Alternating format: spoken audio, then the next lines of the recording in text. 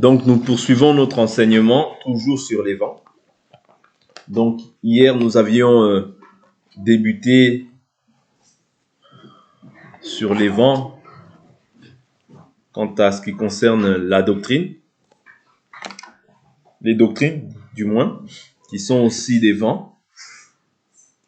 Nous avions vu que les vents ne sont pas simplement liés à la doctrine, ne sont pas simplement liés aux persécutions, mais sont liés aussi aux hommes.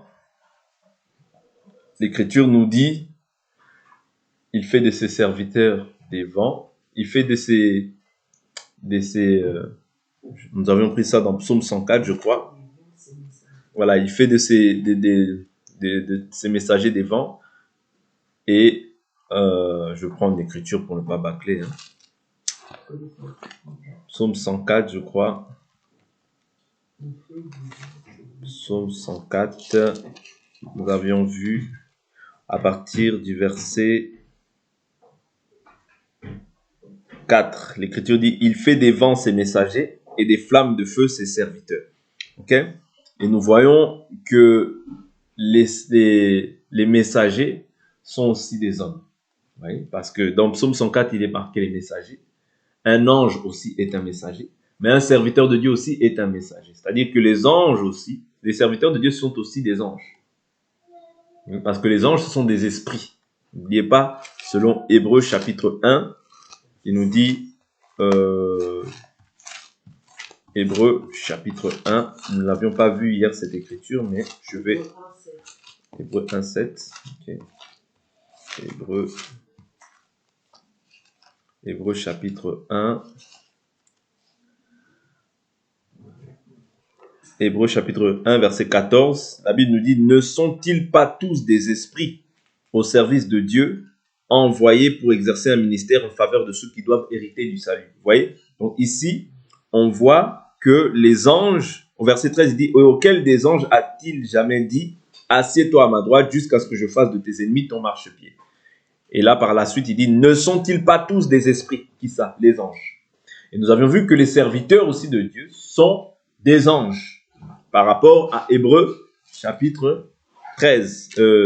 Chapitre 13, au verset 2, où l'Écriture dit, verset 1 même, la Bible, l'Écriture dit, persévérez dans l'amour fraternel, n'oubliez pas l'hospitalité, car en l'exerçant, c'est-à-dire l'hospitalité, on l'exerce. Quelques-uns, à leur insu, ont logé des anges. Vous voyez? Quand on dit loger des anges ici, c'est-à-dire c'est par rapport aux personnes, c'est-à-dire aux saints. Parce que les saints, ce sont ceux qui ont revêtu l'esprit. Vous voyez? Ce sont ceux qui ont revêtu l'esprit. Et je vais donner encore beaucoup plus de précision par rapport à l'écriture que je dis, pour qu'il n'y ait pas d'ambiguïté dans la conscience de chacun et que chacun puisse comprendre en fait pourquoi je dis que les serviteurs de Dieu, sur certains aspects aussi, sont des anges. Donc on va prendre, nous avons pris Hébreux 1, 7 aussi, où il est écrit, en fait, ça reprend en fait Psaume 104, mais ça nous précise qu'en fait il fait de ces anges des vents et de ces flammes, des flammes de feu ses serviteurs. Vous voyez? Donc ici, on comprend que là-bas dans Psaume 104, il est écrit messager. Or, un messager de bonne nouvelle aussi, c'est un ange. C'est un ange. Par rapport même à Romains chapitre 10, on peut voir ça. Romains chapitre 10.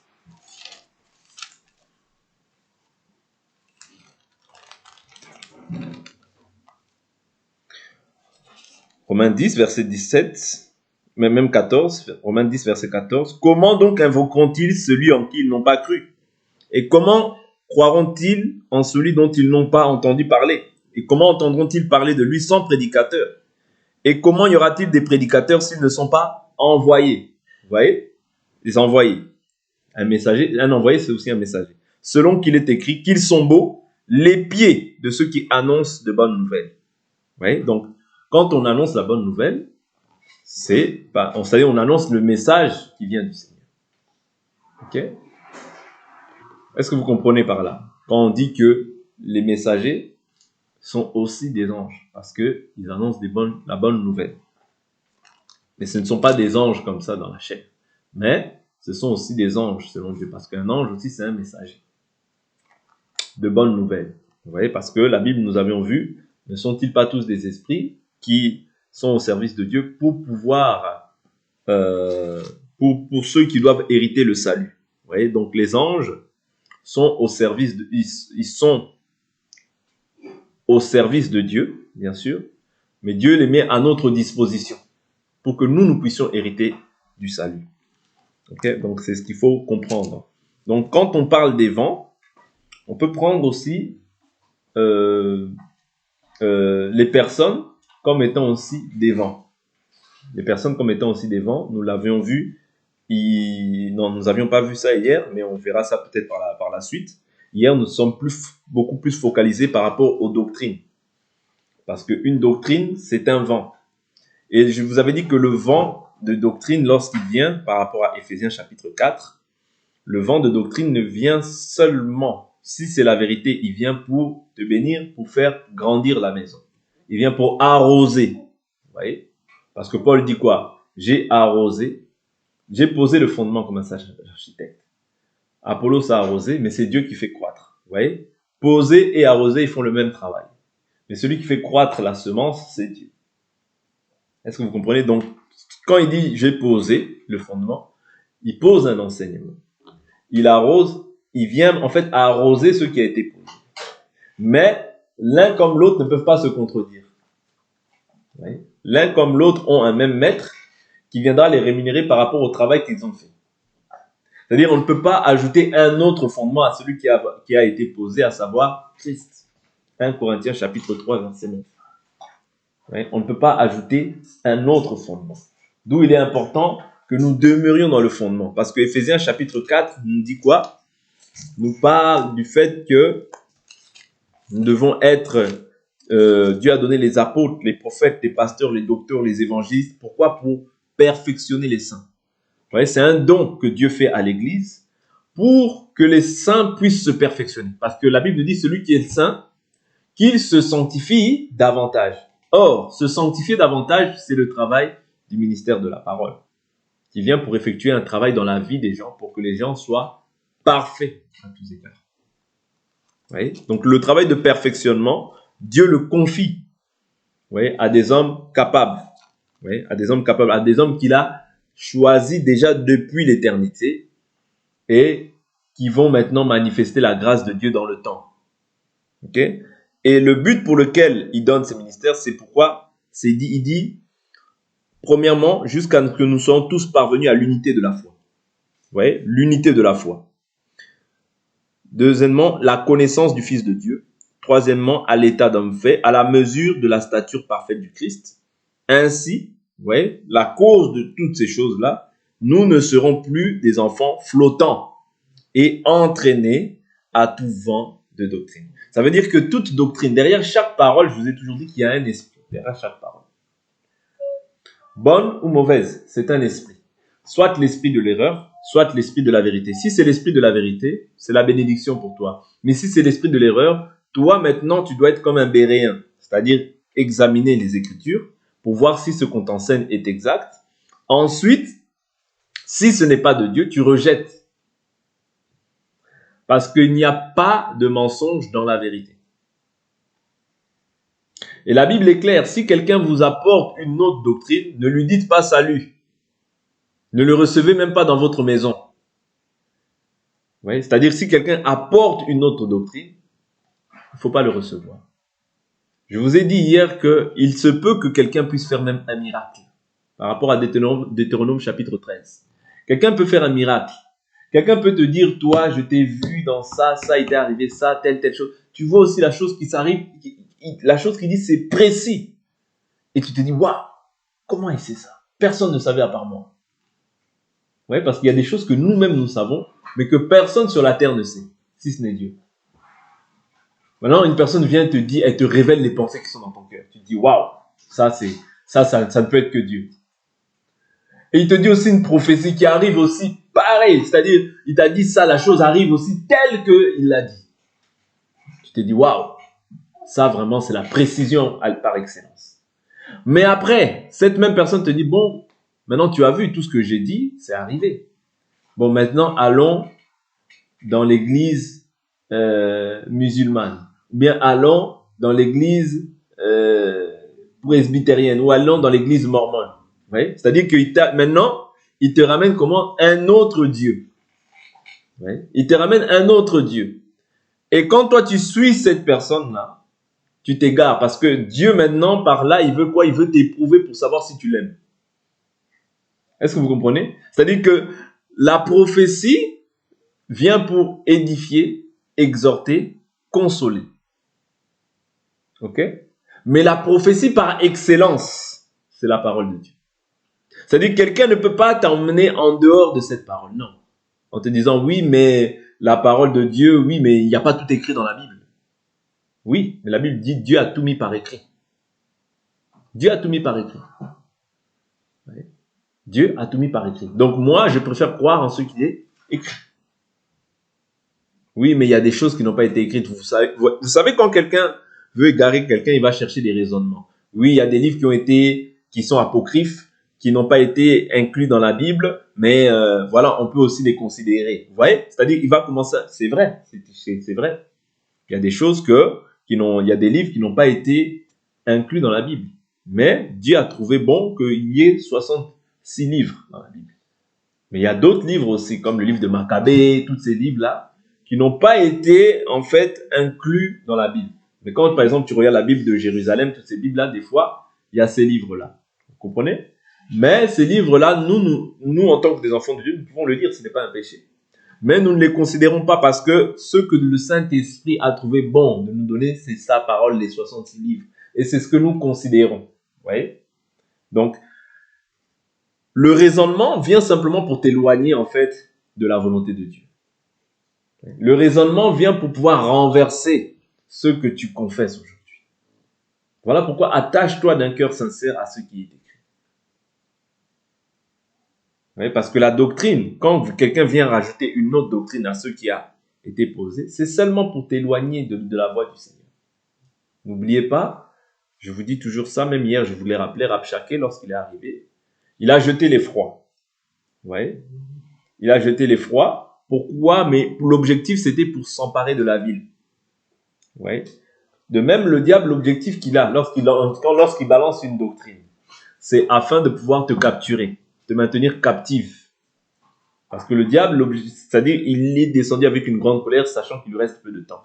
Donc maintenant, il va essayer de séduire les gens, les âmes mal affermies, pour pouvoir les détourner de la voie de la vérité. Vous voyez? Simplement. C'est-à-dire chercher à falsifier, à tordre le sens des Écritures, mais pour pouvoir éloigner les gens. N'oubliez pas, Pierre dit quoi? Pierre dit que plusieurs tordent. Le frère Paul écrit des choses difficiles, dont les personnes mal affermies tordent le sens des Écritures comme elles le font pour les restes des Écritures. C'est-à-dire quand tu tords le sens des Écritures de Paul, parce que tu dis non, Paul il est dur, tu vas tordre aussi tout le reste des Écritures. Voilà pourquoi il faut prier pour l'amour de la vérité et pour ne pas être séduit. Pourquoi? Parce que quand toi tu t'éloignes, quand tu prends plaisir au mensonge, Dieu aussi verra à t'envoyer une puissance d'égarement pour que tu crois au mensonge et pour que tu sois jugé à cause du mensonge que tu veux pratiquer. Voilà pourquoi ayons l'amour de la vérité, c'est pour notre propre intérêt. Prie pour que Dieu ne t'envoie pas une puissance d'égarement, parce que si Dieu lui-même décide de t'envoyer une puissance d'égarement, c'est fini pour toi. C'est-à-dire, on peut te parler, c'est-à-dire, tu n'écouteras plus. Pourquoi? Parce que Dieu t'a déjà envoyé une puissance d'égarement pour que tu crois maintenant au mensonge. Maintenant, si Dieu t'a envoyé une puissance d'égarement, qui va te ramener dans la vérité? Même si on te parle, même si on prie, tu ne croiras pas parce que c'est Dieu lui-même qui s'est chargé de pouvoir t'égarer, t'envoyer cette puissance d'égarement. D'où l'importance d'avoir toujours l'amour de la vérité. Parce que si tu n'as pas l'amour de la vérité en toi, la chose que tu auras, c'est l'amour du mensonge. Or, le mensonge, le père du mensonge, c'est le diable. Celui qui vient ajouter, celui qui vient retrancher, c'est le diable. Voilà pourquoi nous, des enfants de Dieu, nous devons rester attachés à la vérité. La vérité, c'est ça ton salut. Il n'y a pas d'autre vérité, il n'y a pas d'autre salut. La Bible nous dit qu'il n'y a qu'une seule foi, un seul baptême, un seul Dieu, Père de tous, au-dessus de tous, parmi tous et en tous. Vous voyez? C'est-à-dire qu'il n'y en a pas une deuxième de foi. Non. Si tu ramènes une autre foi, tu ramènes aussi un autre esprit. Tu ramènes aussi, c'est-à-dire, comme tu ramènes un autre esprit, c'est l'esprit déjà de l'égarement. Voilà pourquoi Paul dira, Galates insensés. Oui. Vous avez bien commencé. Qui vous a ensorcelé? Oui. Qui vous a ensorcelé? Il dit, je m'étonne que vous vous détourniez si vite de celui qui vous a appelé par la grâce du Christ pour passer à un autre évangile. Vous voyez? C'est-à-dire, quand tu passes à un autre évangile, c'est un autre esprit, c'est une autre foi, et c'est l'esprit de l'erreur qui t'anime. Et quand l'esprit de l'erreur t'anime, soit si tu es un véritable enfant de Dieu, tu vas te repentir. Mais si tu n'es pas un enfant de Dieu, tu vas t'endurcir. Et Dieu veillera sur ça pour... Comme tu veux croire au mensonge, crois davantage, allez, prends. Comme ça, tu vas t'égarer encore bien dans ton mensonge. Tu vas croire encore au mensonge. Parce qu'en toi, tu n'avais pas l'amour de la vérité. Et comme tu n'avais pas l'amour de la vérité, ce n'est pas aujourd'hui que tu n'as pas eu l'amour de la vérité. C'est-à-dire, depuis l'éternité, tu n'avais pas en toi la vérité. Parce que quand tu as la vérité, tu la gardes jusqu'à la fin. Parce que la vérité, c'est toute une semence qui ne peut pas être avortée. Parce que la Bible nous dit, il n'y aura pas de femme stérile en Israël, ni de femme qui avorte. Or, la femme qui avorte, c'est cette personne qui avorte cette parole.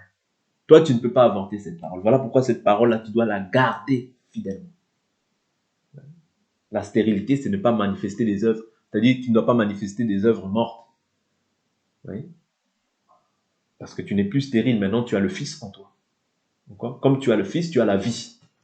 Or, si tu as la vie, tu dois produire des œuvres de justice, des œuvres de vie, pas des œuvres stériles, comme tu le faisais autrefois. Vous comprenez? C'est ça, avoir l'amour de la vérité. Ne pas être emporté par tous les vents. Quand tu demeures stable dans la foi, tu prouves à suffisance que tu as l'amour de la vérité, l'amour de Dieu en toi. Mais si on te voit là-bas, demain on t'entend un prophète qui est là-bas, il fait des miracles, tu cours. T'entends un autre prophète là-bas qui a séparé la mer en deux, tu cours. On voit qu'en toi, tu n'es pas stable, tu n'as pas encore l'amour de la vérité en toi. Oui? Parce que tu es emporté, tu es ballotté. Okay? Tu es ballotté. Donc comme tu es ballotté, tu n'es pas stable. C'est une maison, quand les vents vont souffler, elle va s'écrouler, elle va s'ébranler. Pourquoi? Parce que tu n'es pas bien établi, pas bien bâti sur le fondement qui est Christ. Très important. Je vais prendre un exemple de vent qui a soufflé aussi dans les temps, dans la parole. Prenons une écriture. Je prends 1 Timothée chapitre 1. Prenons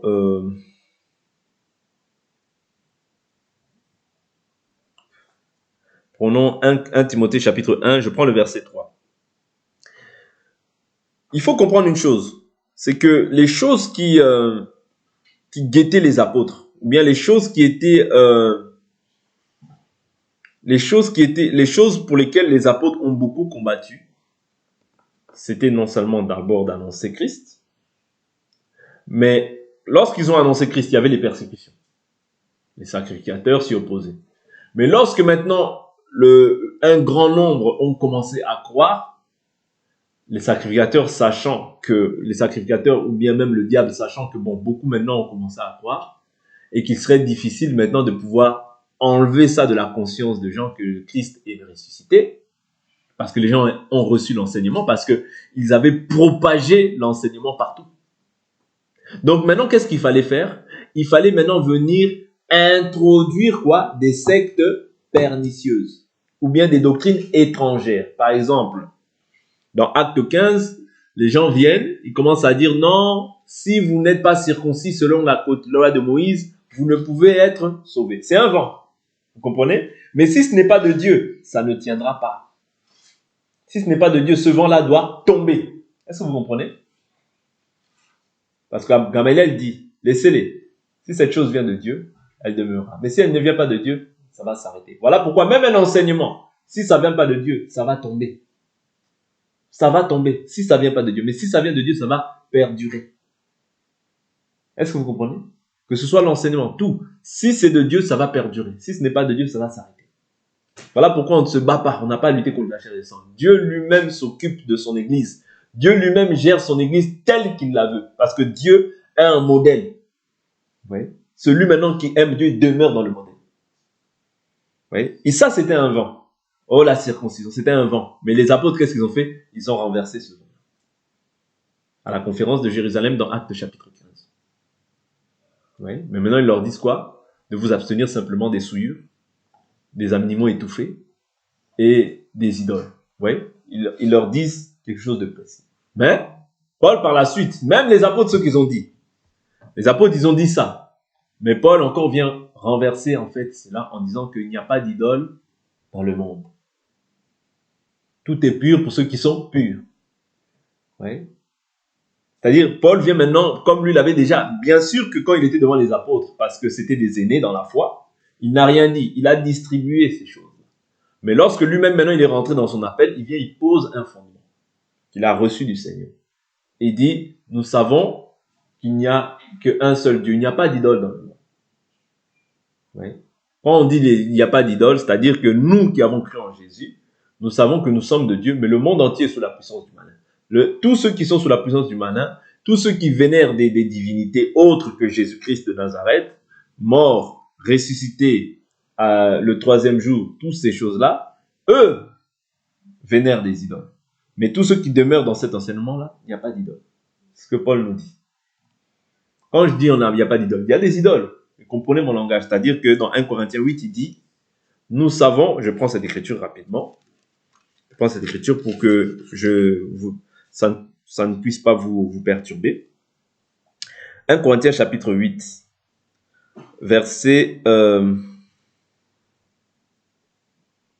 4. Il dit, à propos de la consommation des viandes sacrifiées aux idoles. Ouais. Nous savons qu'il n'y a pas d'idole dans le monde et qu'il n'y a qu'un seul Dieu. Car quoi qu'il y ait ce qu'on appelle des dieux, vous voyez, c'est ça les idoles. Les dieux avec des minuscules, c'est ça les idoles. Soit dans le ciel, soit sur la terre. Et de fait, il y a beaucoup de dieux et beaucoup de seigneurs. Vous voyez, ça c'est des idoles. Il dit, néanmoins pour nous, il n'y a qu'un seul Dieu, le Père, de qui vient toute chose et pour qui nous sommes, et un seul Seigneur Jésus-Christ, par qui sont toutes choses et par qui nous sommes. Vous voyez? Mais tous n'ont pas cette connaissance. En effet, quelques-uns retenus encore par l'habitude à l'égard de l'idole, mangent de ces viandes en tant que sacrifiées, et leur conscience qui est faible en est souillée. Ce n'est pas un aliment qui nous rapprochera de Dieu. Si nous n'en mangeons pas, nous n'avons rien de moins. Si nous en mangeons, nous n'avons rien de plus. Ouais. Donc ici, il est en train de préciser par rapport aux aliments. Nous croyons que même si une viande a été sacrifiée aux idoles, la Bible nous dit tout est sanctifié par la parole de Dieu et par la prière. Ça veut dire que moi, même si cette viande elle a été livrée, c'est-à-dire les gens ont coupé cette viande, on fait une prière. Parce que la prière là qu'ils font, c'est une prière à des idoles. Ouais, il a dédié à des idoles. Mais moi, qu'est-ce que je fais? Même si on me dit que c'est une idole, je peux manger. Oh, mais non, ça a été sacrifié à des démons. Moi, c'est pas mon problème. Moi, je peux prendre ça, je prie, je rends grâce à Dieu, et Dieu sanctifie la nourriture que je suis en train de manger. Ouais. Donc c'est ça, c'est dans ce sens-là qu'il n'y a pas d'idole. Mais il y a des idoles. Vous comprenez? C'est-à-dire tout autre Dieu que Jésus, c'est une idole.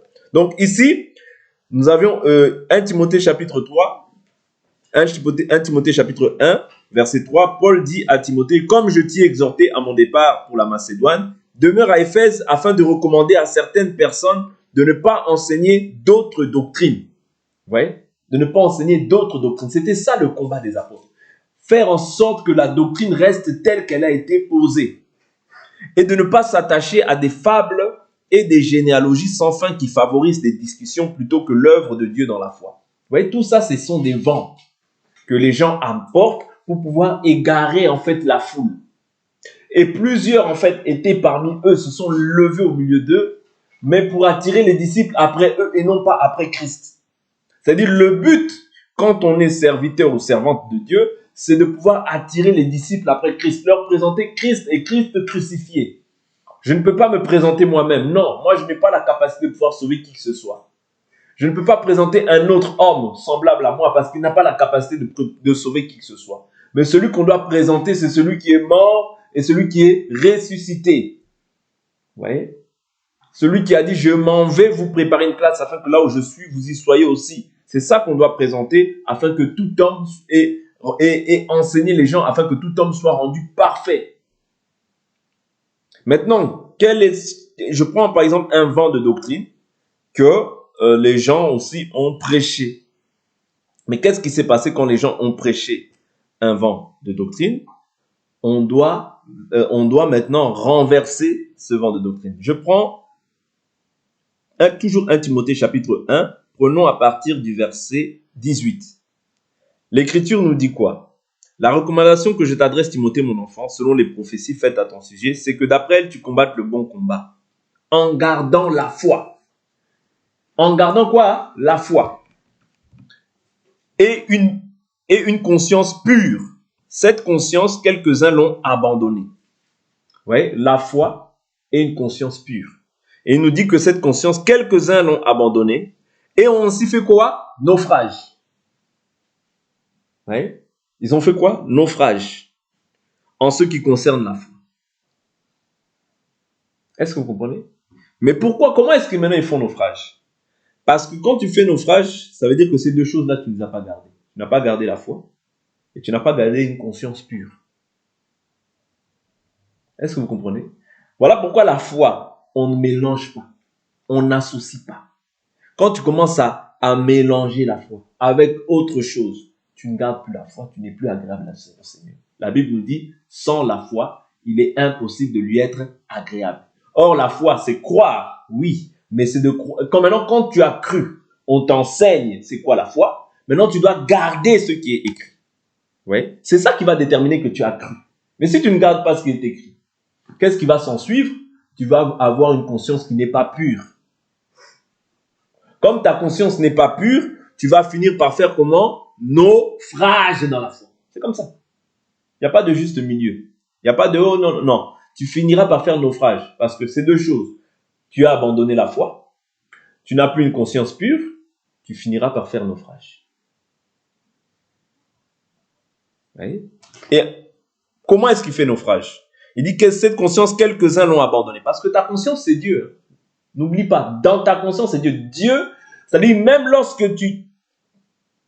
lorsque par exemple Dieu enseigne un enseignement peut-être qui ne t'avantage pas. Mais Dieu dans ta conscience, il va te convaincre de ça. Dieu dans ta conscience va te dire ça, c'est la vérité. Même si tu commences à t'égarer, Dieu va toujours t'interpeller, il va commencer à t'interpeller. Voilà pourquoi n'éteins pas ta conscience. Dieu te parle dans ta conscience, tu commences à éteindre, à refuser. Non, tu refuses la volonté de Dieu. Faites attention. Quand Dieu nous interpelle dans notre conscience, soyons sensibles, parce que la Bible nous dit c'est ça les signes des temps de la fin. Vous voyez? C'est ça les signes des temps de la fin. Les gens seront comment? Insensibles. Vous voyez, l'insensibilité. Dieu te reprend, mais tu restes insensible. C'est-à-dire tu n'es plus flexible. Tu deviens maintenant tu deviens maintenant inflexible. On peut te parler, tu n'écoutes pas. Là, c'est-à-dire tu commences à éteindre ta conscience. Et ça, c'est dangereux. Vous voyez, pour un enfant de Dieu. Parce que Dieu peut nous parler comme ça, physiquement. Dieu peut nous parler par une personne. Dieu peut te parler aussi dans ta conscience à toi-même. Dieu peut te parler en songe. Dieu peut te parler par des visions. Mais il finira toujours par te parler pour que tu comprennes que ça, c'est la vérité. N'abandonne pas le chemin de la vérité. Il dit, de ce nombre sont Hyménée et Alexandre, que j'ai livrés à Satan, afin qu'ils apprennent à ne pas blasphémer. Ouais. Afin qu'ils apprennent à ne pas blasphémer.